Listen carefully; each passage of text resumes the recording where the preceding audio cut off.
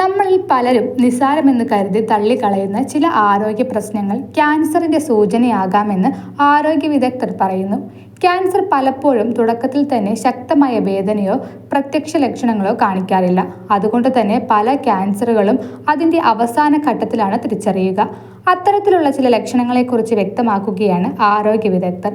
Diet, വ്യായാമം ഇതൊന്നുമില്ലാതെ തന്നെ ശരീരഭാരം കുറയുന്നത് ക്യാൻസർ ഉൾപ്പെടെയുള്ള രോഗങ്ങളുടെ ലക്ഷണമാകാം. മതിയായ വിശ്രമം നൽകിയിട്ടും തുടർച്ചയായി ക്ഷീണം അനുഭവപ്പെടുന്നുണ്ടെങ്കിൽ അത് ക്യാൻസറിന്റെ ലക്ഷണമാകാമെന്നും ആരോഗ്യ വിദഗ്ധർ പറയുന്നു.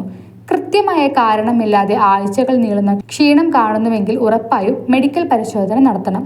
കഴുത്ത്, ഞരമ്പ്, സ്തനങ്ങൾ എന്നിവിടങ്ങളിൽ കാണുന്ന മുഴകൾ, തടിപ്പ് എന്നിവ നിസ്സാരമായി കണ്ട് അവഗണിക്കാതിരിക്കുക.